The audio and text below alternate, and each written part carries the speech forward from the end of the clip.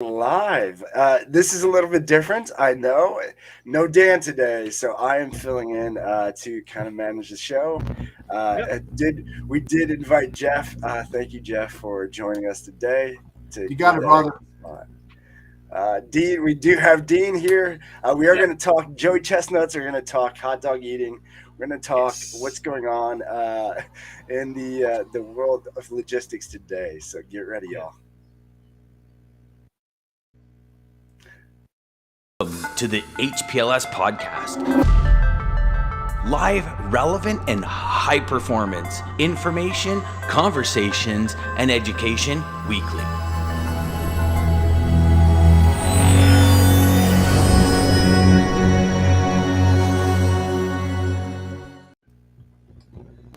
Now I see what he's talking about with that tricky button. I don't usually get to play with that button. So how's it going, guys? I seen the show yesterday, Dean. I seen he brought up Joey Chestnuts. You mentioned about hot dogs. You mentioned you were back in your day. You could have taken them on. What is the record? Let's hear about this. This could have been another one of our war stories from Monday or Friday. But, this was last century, actually. So that sort of, without dating myself too badly, I had 17, I think it was 18 one night. Managed to keep the 18th one down, but that was with an awful lot of beer and hot dogs on the Gold Coast of Australia. If you've been to the Gold Coast, you will know that they have hot dog carts everywhere outside all the bars and nightclubs. Really? And if you're a teenager, that's like a rite of passage. That's almost up there with fighting kangaroos on the way home from the pub. True story. That's crazy. But an interesting statistic, DJ. I had a quick look at the organization called the National Hot Dog and Sausage Council. Yes, there is one. And average Americans consume 20 billion hot dogs a year. 20 billion. And that works out at 70 hot dogs per person. So I know I don't eat 70 hot dogs on average. So that means the Joey Chestnuts of the world must be right out on the tail end of that bell curve, I would suspect. Oh, my goodness. Yeah, that's unbelievable. Yeah, I think he had 60. What did we say, 67 or 63? 63. I don't know if anybody's seen the video. I ended up seeing it because I seen you guys talk about it, so then I looked it up. And he ended up, a guy came in the middle of the whole competition and was, I don't know, trying to show some sign for something. And he just finished scarfing down a hot dog. He chokes this guy, throws him to the side, and just keeps going. And I'm like, wow, what a pro. Now that is a pro. Oh, that's being focused. Yes, that's yes. All right, so we got James in with an AO this morning. I like the AO. Maybe that helped you get the win today. Good job, James. Yeah, good James. morning, Daman. Hey, Daman. Good morning, y'all. Let's see. What Hey, else do we have? We got Lisa. Good morning. Morning, Lisa. Oh, hot dogs. Okay, what do we got? Hot dogs are best if they're processed. Yeah. Hey, so guys, we're not going to talk about what exactly hot dogs are. Let's not go there. I got some quick statistics on hot dogs, DJ. We'll consume. This is grilling season, right? I did some statistics on reefer truckload demand as it relates to hot dogs specifically. Oh, perfect. Well, let's jump right in. Season. So James says no way. Go ahead. Grilling season runs from Memorial Day to Labor Day, right? And so we'll see about 7 billion hot dogs in a 4-week period. No, sorry, to Independence Day, Memorial Day to Independence Day. I guess that would be. It's about 16,000 refrigerated truckloads of hot dogs is how that translates. Holy moly. It's not much in the big scheme of reefer volume across the entire country, but it's a lot when you add it to all of the meat and chicken and buns absolutely. And not to mention beer. So it's a pretty big deal, the grilling season, of which hot dogs are an integral part. And now you said that's 7 billion in a 4-week period. Is that what you said? Yeah, it's the grilling season. It's sort of that peak summer season where we consume most of the hot dogs, right? It's as soon as to be Labor Day through to Independence Day. Yeah, I think Dooner had on What the Truck. he showed a picture, I think a couple weeks ago, about a trailer that turned over with hot dogs and went all over the highway. Did you see that, Dean? No. Oh, yeah. I didn't see it. Yeah. Buckets of stuff that they make hot dogs with. It wasn't right. It didn't look good. All right, off the hot dogs. So what do we got? Go. Here we go. No way someone is eating hundreds to make gotcha. No. I think it's real. I think there are a lot of, there's dollar dog nights. I don't know if if you guys are in any other states, but I mean in Cleveland a big thing is dollar dog nights at the Indians games on Fridays. And usually they're the cheap hot dogs. They're not the best ones, but people are slamming quite a few of those in an evening. So yeah, I believe it. Absolutely. Well, it wasn't enough to move the needle on refrigerated rates this week. So what are we looking at? Yeah, what are we looking at? Like we thought. We talked about this on the show a little while ago.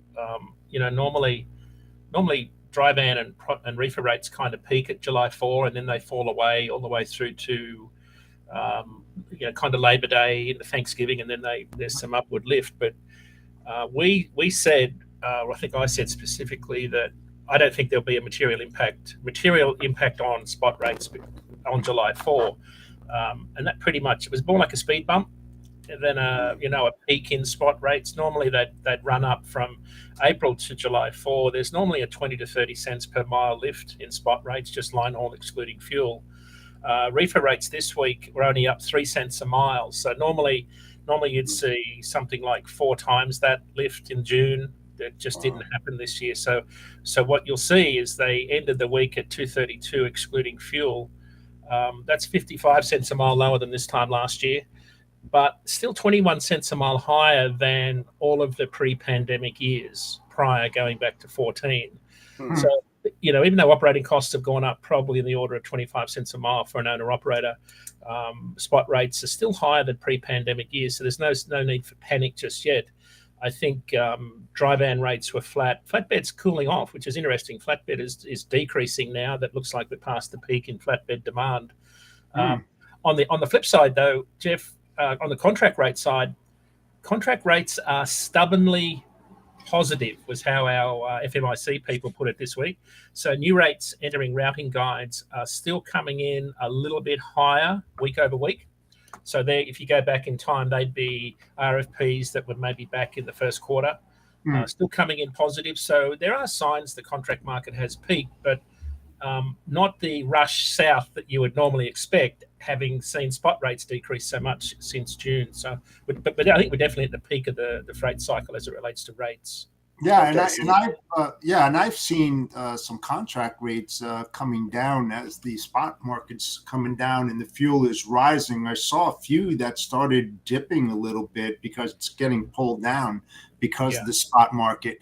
I don't think it's going to be sustainable. I know you don't either, but I mean, it's going to start rising pretty soon. Within the next several weeks, we'll start seeing a rise in those rates, and then the spot market start rising as well.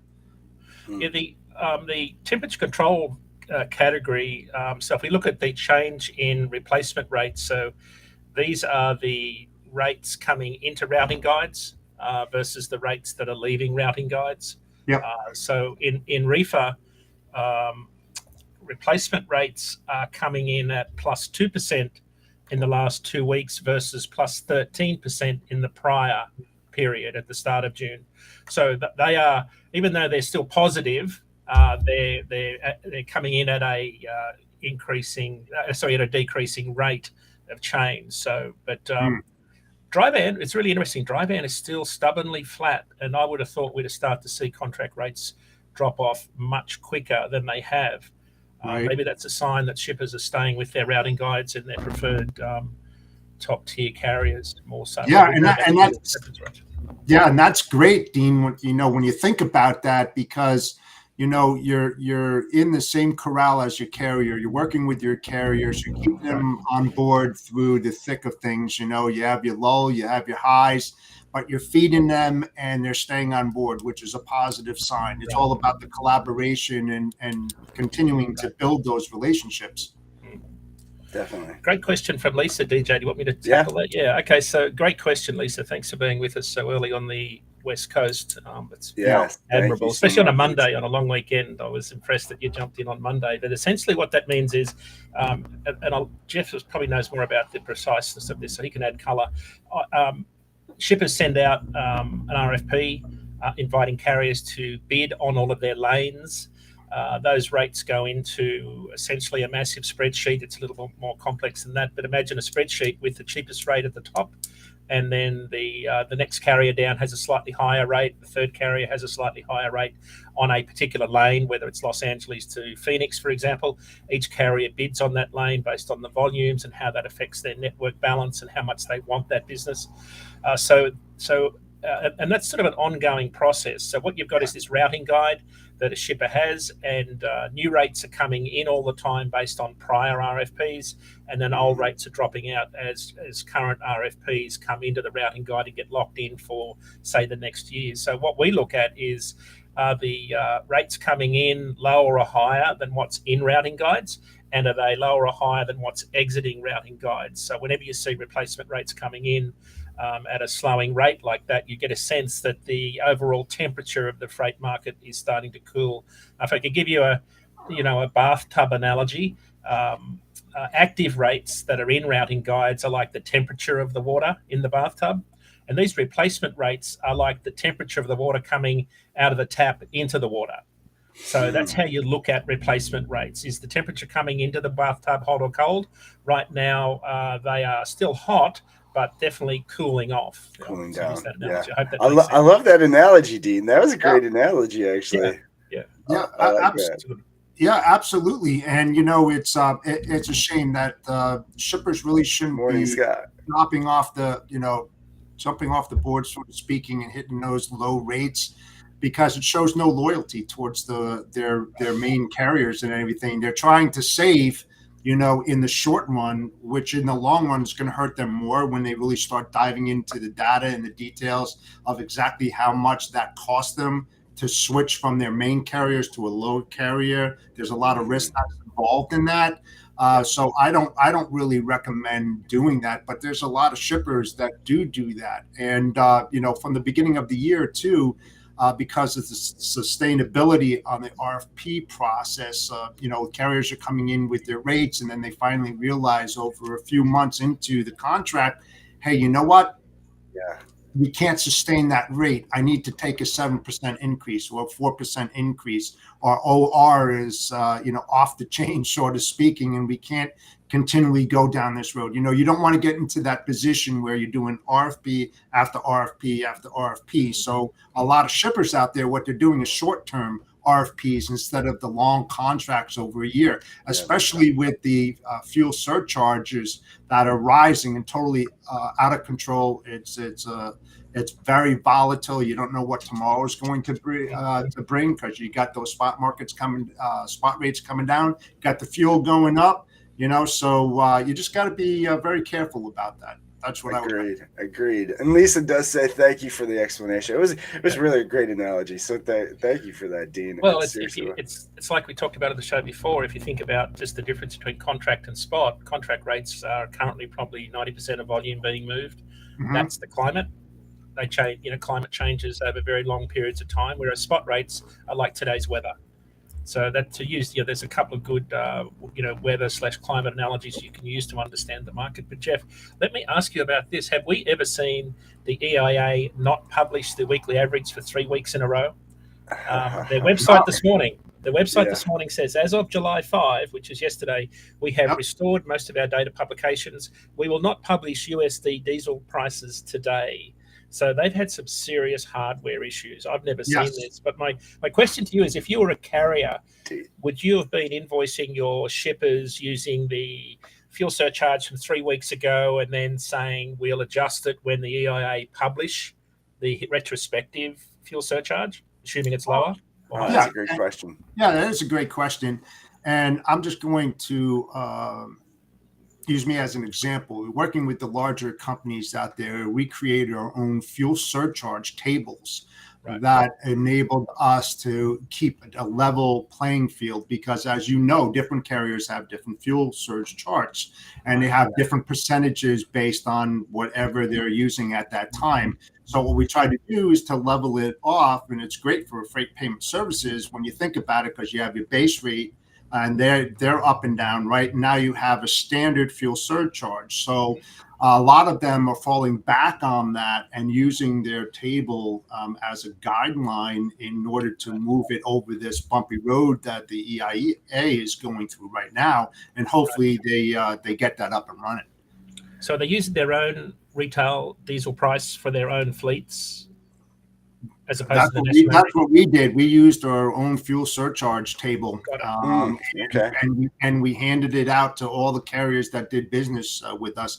And of course, we did multi-million-dollar business. So we had multiple carriers, like maybe 10, 11 carriers at one time.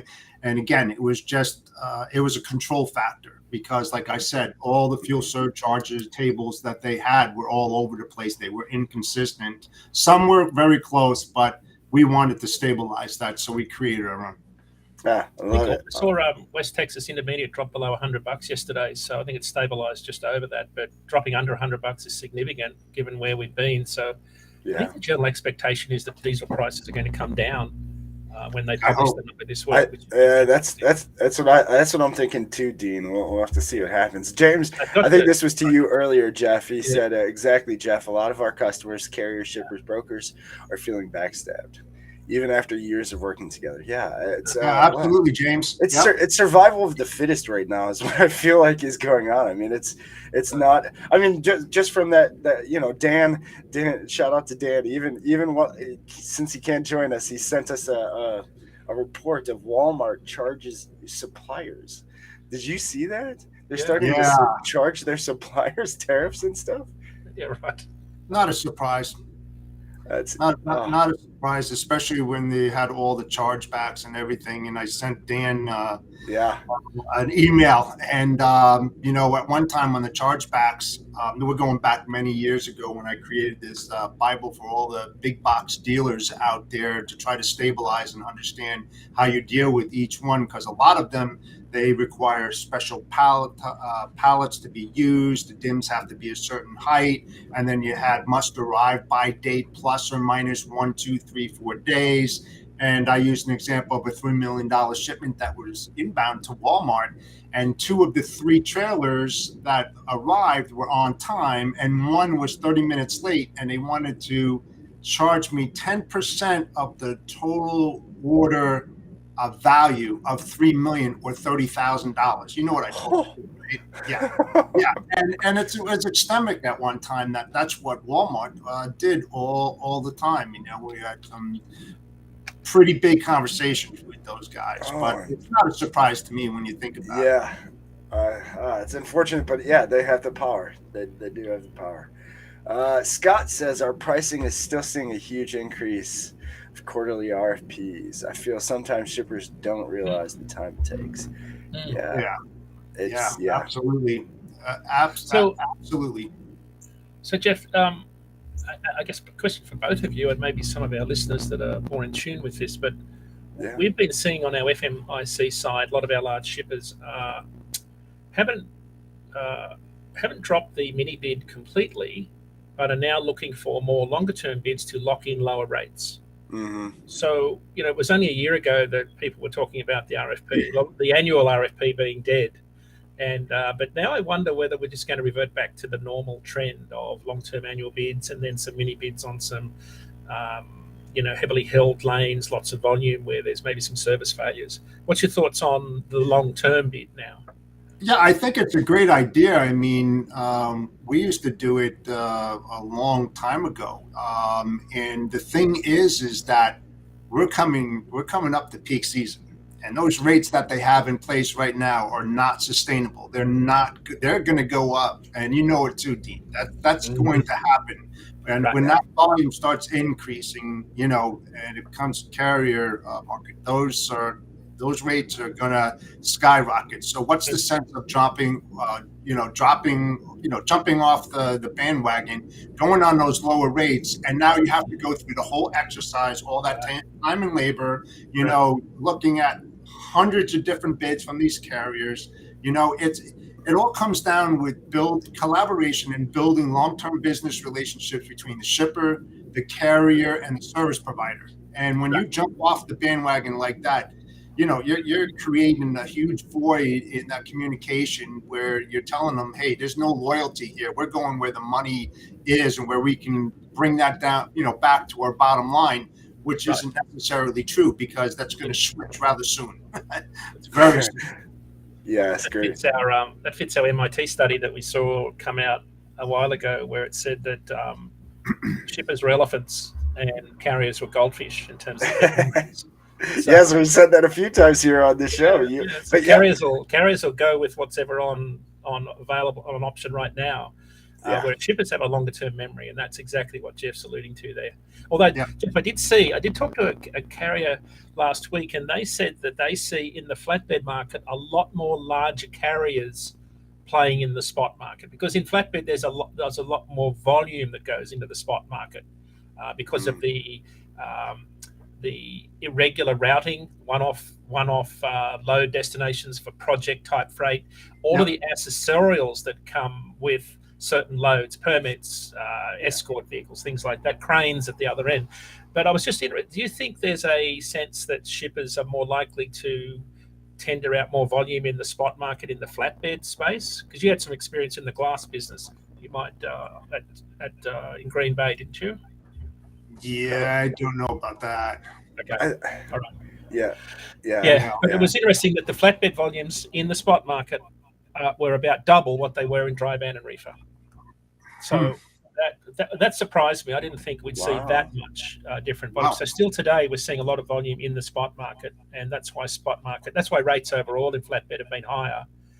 Which is an interesting thought process for everyone listening in the non-asset space. Is you've got to be able to price that accordingly.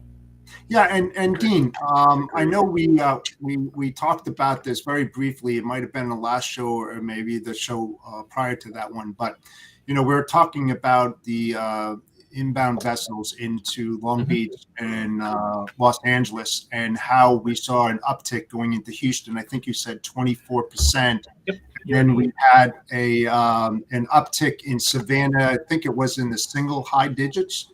If I was right, and then into New York, New Jersey, they were about 8.6. So I'm just trying to use logics here as shippers start moving their freight, because maybe they're scared about what had happened. I mean, understandably, right? It was disaster out there. And they start moving their freight and volumes into those other port markets.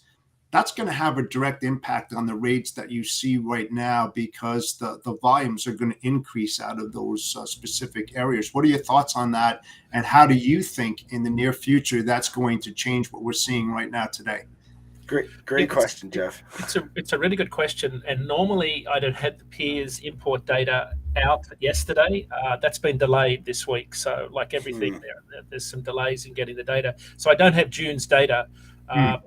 What I can speak to is the data that came out in May, and it's sort of directionally on track.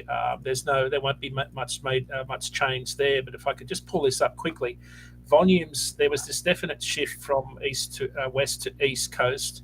At the coast level, east coast volumes were up. So this is in May. East coast volumes are up 9% year over year. West coast volumes were only up 1% year over year. So to your point, there is this ongoing shift. Yeah, there's a shift. Yeah, there's a great article by Ari Ash in the JOC Journal of Commerce this morning talking about how some of the East Coast ports have been overwhelmed, and you've got the Port of New York and New Jersey with a lot of vessels waiting to unload. Same with Savannah. So it's the analogy we used on the show a few weeks ago about this, the whack-a-mole effect. So we had all these vessels on the West Coast. And then they found alternate routing to Houston. Houston volumes are up 24%, as you said. A lot of Gulf Coast volumes. Gulf Coast volumes, Jeff, are up 23% year over year. Wow. So not huge volumes, right? Not huge volumes like the number 2 and 4 ports on the East Coast are New York and Savannah. So Gulf Coast sort of ranks way down the list. In fact, Gulf Coast ranks. I can't see it very quickly. Not jumping off me in the top 20, but their volumes are up substantially, and that sort of underscores what shippers have been doing ahead of the labour talks with the ILWU and the 22,000 port workers and 29 ports, which passed on Friday. And this is exactly what people were afraid of. Oh, yes. 2015-16, when the contract passed. And when the contract passes, they lost the ability to appoint an arbitrator to immediately handle go-slows, because we're not past the idea that people could not strike, but just go slow. And that will have a profound impact if that happens. So I think if you went back 6 months, what we were seeing from shippers, they were starting to reroute their cargo, and we're already seeing Christmas inventory landing now. Because people, and not to mention, back to school, people were really fearful of 6 months ago. Remember, the capacity was very tight and spot rates were high, so they were locking in whatever they could, and they were picking a routing that was the more safer, maybe the more expensive routing to get their goods in. So I think that's been sustained. Certainly, the ongoing labour talks over there aren't helping, but I think the bigger issue is the AB5 ruling last week. AB5, yeah. I was just about to say that. You brought that up yesterday. That's been going on for a while now. That's been on the table for but I think a lot of carriers, some of the big carriers that have already made the change to an employee-based model. Yep. But I've been talking to a lot of owner-operators over the weekend, and they are really, really confused because they thought this would never happen. It was such a bizarre notion that they would lose their independence as owner-operators, even leased on. Because the leased on guys are the most effective because they've got to go from 1099s to W2s or get their own authority and work under that carrier brokerage model. So a bit like what people do with DAT's load board, where you can go onto a load board and pick loads from a multitude of brokers. I'm not sure even if that passes the B test, right, verifying your independence. But if you just think about the volume of freight that moves within California alone, I mean, this is not just a long-haul problem. I mean, think about the carrier that runs 338 miles to Stockton and back on the I-5. That's essentially long-haul mileage, right? You're doing round trip every day, dropping a 40-foot box off, running back empty. That's it. That's one of the busiest volume lanes that we see in our network for both spot and contract, and it's tied heavily to upstream warehouse volumes that come in from overseas. And there's, there's a natural progression. I think Long Beach and Los Angeles handles 40% of the inbound. Yeah, right? It's probably closer to 45 at the moment. Okay, to your point, talk about the volume. I mean, that's right.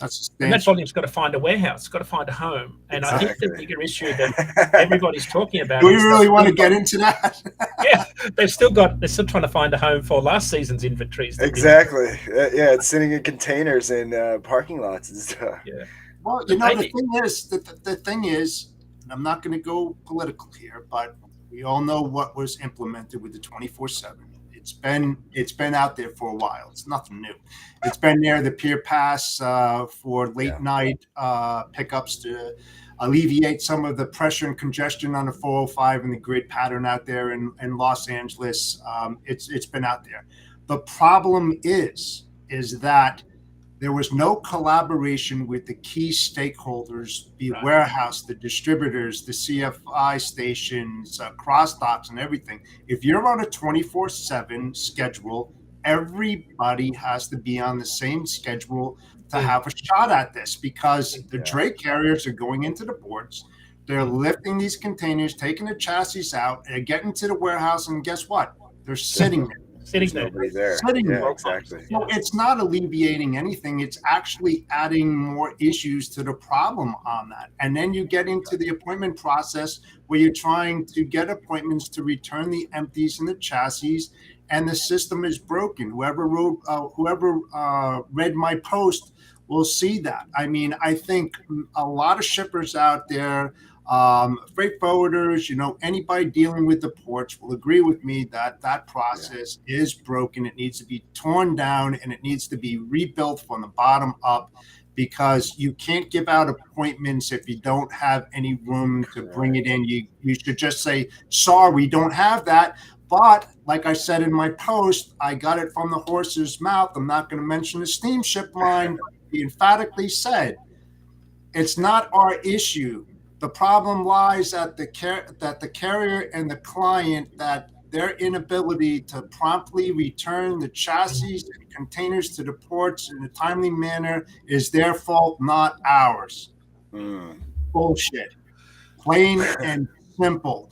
They need to fix that because they're holding shippers and everybody else hostages. And they keep on sending out the emails and letting everybody know, if you don't pay today $400, we're going to double it for tomorrow. So guess what? You see all those posts out there with the steamship lines posting billions of dollars every quarter. Guess where that's coming from?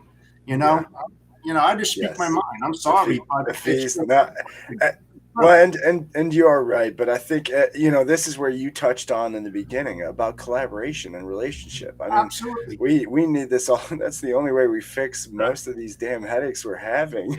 I mean, if we're fixing it one way and we're doing, like you said, 24/7 here, but the other guys are doing something else, there's no collaboration there. We're just causing more problems. No, and the other thing too is that, how can you bring advisors into the government to look at the supply chain issues every couple of months? You need to have your finger on the pulse every day in this industry and supply chain logistics if you're going to move anything forward. You just can't arbitrarily come in 2 months and fix all the issues of the supply chain. It's not going to happen. Put the key players in there to know what the hell is going on and let them run the damn thing. Yes, sir. So Jeff, I can put some numbers around this. I just was reading the Yari Ash article in JOC this morning about dwell times, because this is sort of that ripple effect, right? And this will go back, I think, to one of your posts from a few weeks ago where you said that the import surge that we are going to see may be lower than this time last year, but it is going to cause a lot of chaos on the docks because our supply chain is still not fluid, and largely because of go back from warehouses being full, containers sitting on chassis trailers longer. You've got what you call higher dwell times at all the ports now, which backs up to can't get empties in and out. We have dock space filling up, and that backs. Then you've got fewer ship-to-shore cranes working per ship. Then you've got more ships backed up. So he put some numbers around this, which was interesting. He said that dwell times in New York range from 8 to 14 days. That's up from 5 days for the same 3-month period last year. So that's like double. Savannah average dwell times are 8.8 days. And Houston had fallen to 6 days at the end of June, but well above the 4-day long-term average. So this, the chassis trailer is the culprit again in all of this, but I think at the heart of it is the just this backlog of freight that's in warehouses and the inability to get those chassis trailers moving. Yes. Well, the other thing too, Dean and DJ, is that auto parts that are coming in from Asia. There's a shortage of them and everything like that. Yeah. Well, guess what? A lot of those parts are used in building chassis. And that's why they're not able to build the chassis, because they rely on a lot of those parts that are coming overseas. Not too long ago, So it's just a cluster. It's just a major cluster. Well, it's I think, Dean, it's the whack-a-mole. We just keep one problem and we pops up somewhere else. I was struck by a reference on another show to the Kentucky Speedway. It was on Freightvine, Dr. Chris Kapler's Freightvine. He had Dale and Zach Rogers on, both academics from that. Zach produces the Logistics Managers Index every month, the LMI. Both academics, father-son academics. So it was a bit of a unique show in that you had, for the first time ever, father-son academics in the logistics space. But they were talking about, they made reference to all of the Ford pickups at the Kentucky Motor Speedway. And you should Google this and look at the pictures. And there must be thousands of pickups just parked. And this was last year. And the story was that mice had gotten into the vehicles and made home and eaten away a lot of the wiring, which they are likely to do if you leave your truck sitting around, as I found, with my truck underneath the hood of my Peterbilt turned out to be a beautiful spot. Nice. Yeah, they didn't last long, but so the problem was that they built all these cars waiting on semiconductor chips and parts from overseas. The rats got in, and of course now they've got to rebuild everything. So it's like one disaster after another. It's just a chain effect. But the semiconductor chip, I think, is still going on. I don't know. I haven't seen any truck order data come out recently. I think we're a ways away from having ACT research come out, but that'll be out shortly to tell us what orders are. They've essentially been on hold though, because I think the bigger issue that Jeff was alluding to is truck fleets and truck manufacturers are reluctant to commit to orders next year because they really don't know what the cost of parts would be and even if they can get them, because that parts shortage is still ongoing. Exactly. Crazy. What else you got for us, Dean?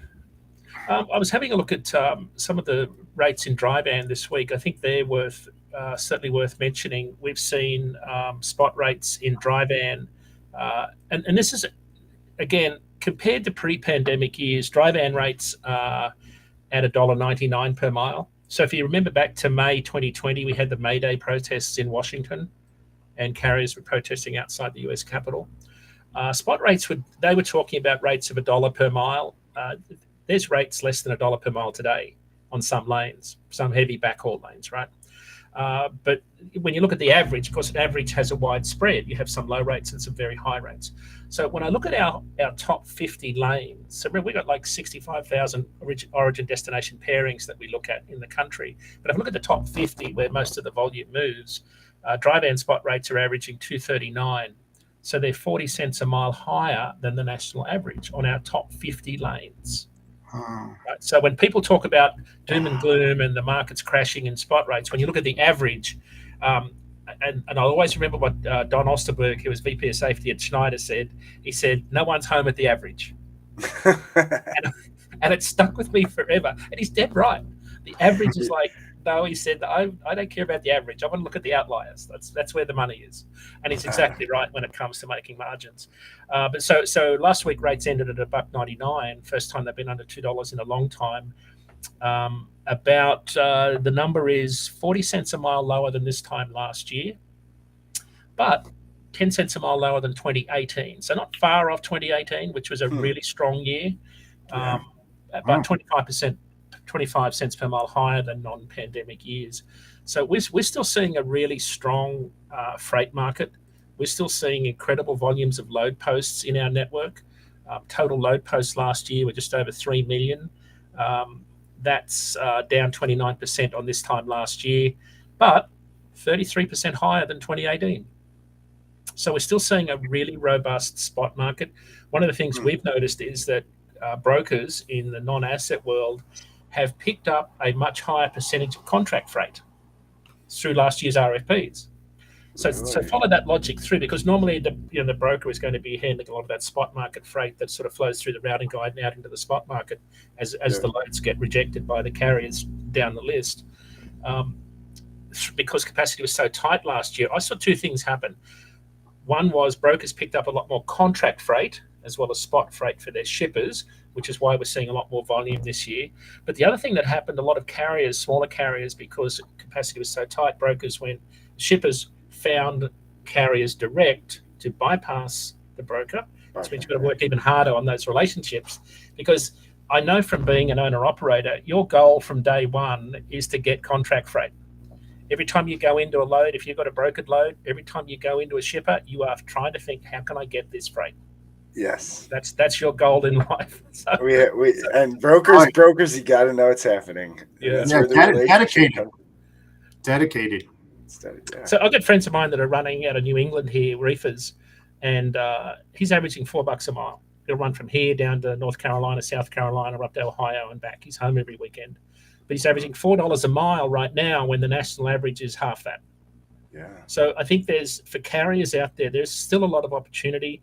For brokers out there, there's still a lot of work to be done. Shippers, they're still going to pay a premium on certain lanes because capacity is tight, where service is really, service levels are high. Definitely. But we're into that period now post July 4 where things cool off, and I think this will be really telling. If the EIA forecasts for fuel even close to accurate. They were predicting $4.78 per gallon by Q3, and just over $4 a gallon by the start of next year. So if that pans out, when I look at my modeling, and spot rates are going to drop off probably somewhere in the next 8 to 10 cents per mile in the next, before the end of the year, and they'll bottom out and then start to rise again. Okay. So even if spot rates drop and diesel comes down, carriers will still be at break even all the way through this year if you're only getting line haul rates, no fuel surcharge. So we are a long way from any form of calamity in the truckload market. But there will be some casualties because of the crunch. I think we've already passed it. I think the spike in diesel prices in March and April flushed out a lot of carriers really quickly, those that were already on the margins, especially the power-only fleets where they had an overpriced used truck and were power-only. I think when I look at the data and the some of the data I've seen on DAT's network, some of our proprietary data, it appears like that's already passed. So that fits with my modeling, because if you are still in the business today running line haul rates and watching your costs, you're still doing okay. So yeah. Now with your crystal ball, with everything you just broke down, what do you see happening, I guess, in this next upcoming season of the back to school and the holiday? Not a peak season like we would normally see in the traditional sense, timing wise, which I think, Jeff, am I right? Is it normally October when we see a peak in shipping volumes on the roadside? Yeah, it really all depends. I mean, last week September, first week October, all the way through December in that range. But like you said, some of the shippers, a lot of shippers are starting to order them and get that inventory in now, a lot earlier because of the debacle of what they faced in the past. So Gene Soroka, the CEO of Port of Los Angeles, said last year he saw inventory start to come in June, July, which is now, we're already seeing the same thing happen again. So I suspect, to answer your question, DJ, volumes are going to be certainly not surging like you would normally expect in October, because the old rule of thumb was if it's not in a warehouse by October, it won't be on the retail shelves by Christmas. Something like that. On the railroad side, the intermodal peak was normally September. I think that was even earlier last year. So I'm looking for fairly flat volumes. When you look at that's what it sounded like. So it's going to stay maybe steady but flat. Yeah, I think steady but flat, and spot rates have got on our forecast somewhere between 8 and 10 cents a mile to drop. We are forecasting right now, long range forecast, that sometime early in Q3 is when the market will start to show we'll head into the next cycle, which is when markets, spot rates start to increase, and then the drag effect on contract rates will start to take them up again. So that's what we're seeing, and I think what's moderating the supply side is the lack of ability to get new trucks out of factories. In some senses, that's been a good thing for carriers, not so much for shippers, who are looking for maybe a more of a bleed off in capacity and a more of a drop in contract rates sooner. I don't know that that's going to happen because of the elephant effect. I think they've got very good memories, as you guys alluded to at the top of the show. They are very anxious to make sure they don't play that game where they, in past cycles, they've actually helped exacerbate the market downturn by driving rates down, which only drives capacity out of the industry. Right. Yeah. Hey, DJ. Yeah. Let's check out the comments. Yeah. Do we have any? I think we do have a few. I don't see. What do we got here? We had hot dogs, RFPs. I don't see any new ones. What was this? Pricing still, so that was Scott. Yeah, we didn't talk about Scott's. That's an interesting one. Scott was talking about here. Still seeing a huge increase in quarterly RFPs. That's interesting. Quarterly RFPs. Yeah. Sometimes shippers don't realize it takes time. Yeah. What do you think would cause that? It's kind of like a hybrid version of the annual RFP and the mini bid. Yeah. Just a feeler. It's just a feeler to see what's going on. Yeah, that's interesting. Yeah, that is interesting. All right. Well, so here I got with your crystal ball. You went with your crystal ball. Now, I guess first Dean putting your shipper hat back on and Jeff putting your customer hat back on.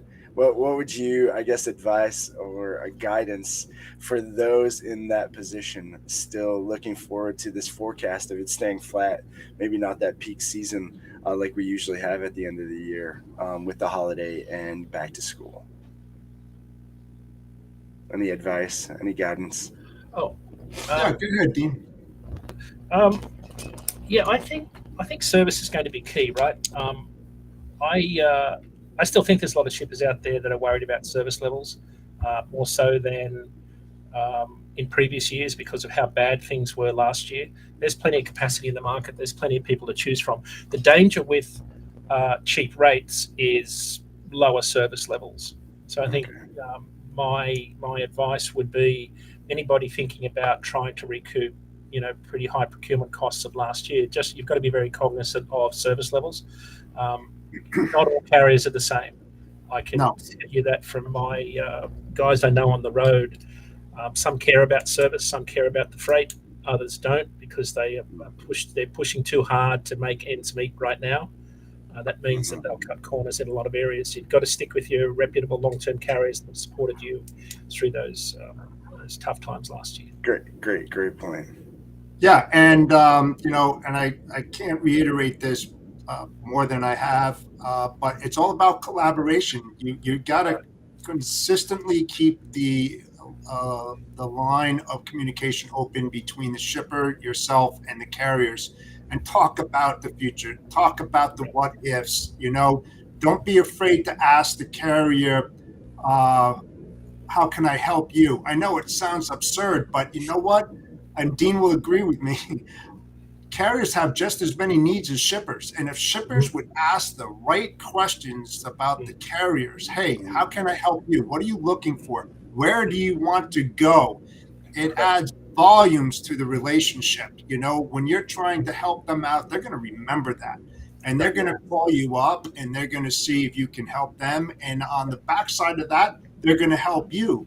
But it's all about sustainability and keeping them in the mix, keeping them in the corral, feeding them annually, not when you need them or when you're trying to get a cheaper rate. You push them off to the side and then you call them up a couple months later and go, hey, I'm in a bind. Can you help me move this? You know what they're going to tell you to do? It's the nature of the beast. Again, you have to feed them annually, not just on a spot. That's the way you build long-term business relationships. And don't be afraid to reach out to your carrier rep and ask them, hey, how you doing? I haven't seen you in a long time. Why don't you stop by? Let's chat. I want to know what's happening in the market. What are you seeing? That would help me out, and vice versa. And especially if you're a shipper and you have new products and you're ramping up, make sure that you engage with the carriers to let them know about your new product line, your new lanes, and all of that ahead of time. Don't wait for the RFP to go out. If they're incumbent carriers, they're important to you, make sure they feel important. Tell them about it before you put it out to market. Yes. I can put some numbers around that because I think Scott just put some comment in there about updated pricing for the rest of the year. It seems they essentially asking for updated pricing for the rest of the year, seeing the decrease in spot rates and hoping they can capture some savings in the second half of the year. So here's the flip side of that coin, right, as it relates to capacity, because spot rates have gone up. Operating costs have gone up as spot rates have come down. Contract fleets are in really good shape, I think, generally, when you listen to a lot of the large carrier earnings reports from Q1. They've done exceptionally well. Their operating costs are probably in the order of, it could be somewhere between 15 and 20 cents per mile lower than an owner-operator, right? Depends on how much they've had to pay for drivers. But an owner-operator right now, operating costs this time last year, total expenses per mile were $1.73. That's all in operating costs for a long-haul owner-operator carrier, $1.73 a mile. Today it's $2.11. So they've gone from making 31 cents a mile to losing 39 cents a mile. Everything else remaining unchanged. Deadhead miles, fuel, lease payments not adjusted for inflation. So they've had a massive drop in profitability. They're still not in trouble because all I've got to do is drop my annual draw or salary from 70 to 60,000 a year and I'm at break even. So I think when you talk about spot rates decreasing, to Jeff's point about having the discussion, shippers have got to be very open about what it really costs to run a truck these days, because a carrier can't pull back those driver wage increases that they've given them.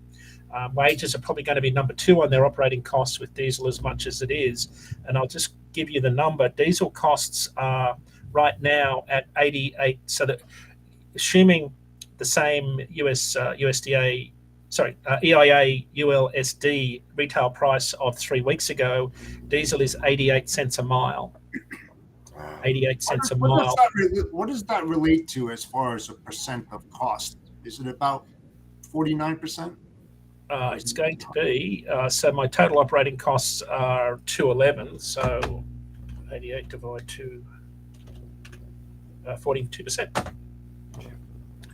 which is very high. Normally it'd be sort of low 30s. Yeah, I mean, I think to be profitable, the carriers have to be operating around 25% or close to that, right? Correct. Yeah, well, so that's a different number. Fuel as a percentage of revenue, right? That's fuel as a percentage of operating costs is 42%. But a fuel as a percentage of revenue is what I encourage carriers to do, is they're sitting in a truck stop and talking to a broker about a load. You can figure out how many gallons you need for that trip based on mileage and your MPG.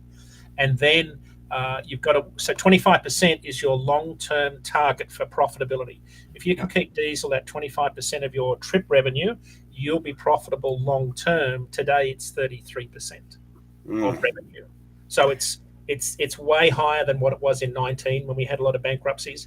But that's why I always say to people, spot rates are still 25 to 27%, 7 cents per mile higher than pre-pandemic years. So even though rates have come down, operating costs have gone up, we're still not at sort of that crossroads where it's doom and gloom.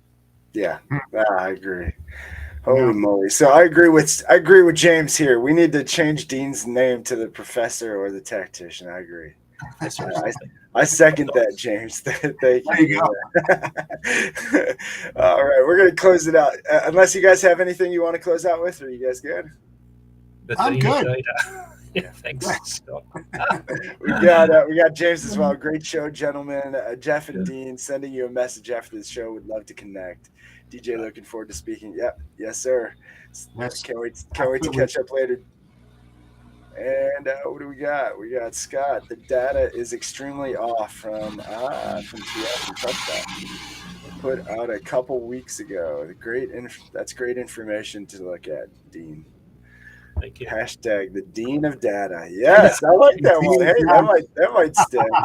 Like that, Scott. I like that. The Dean of Data. We might.